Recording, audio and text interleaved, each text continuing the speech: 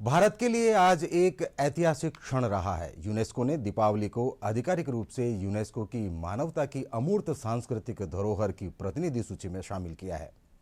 UNESCO का ये कदम भारतीय परंपराओं को संरक्षित करने और विश्व भर में उनके महत्व को बढ़ाने में मदद करेगा। ये फैसला यूनेस्को की अंतर्राष्ट्रीय समिति की बैठक में लिया गया। दीपावली के शामिल होने के बाद भारत के पास यूनेस्को की सूची में 16 धरोहरें हो जाएंगी। केंद्रीय पर्यटन मंत्री गजेंद्र सिंह शेखावत ने कहा कि हर भारतीय के लिए ये अत्यंत भावनात्मक क्षण है। दीपावली केवल मनाया ही नहीं जाता बल्कि महसूस किया जाता है।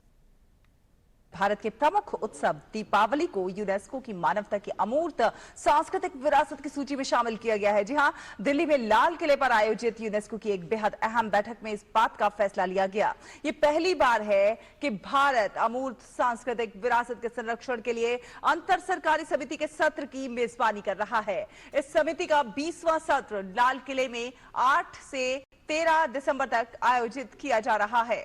यूनेस्को द्वारा दीपावली उत्सव को प्रतिष्ठित सूची में शामिल किए जाने की घोषणा के बाद वंदे मातरम और भारत माता की जय के नारे हवा में गूंज उठे।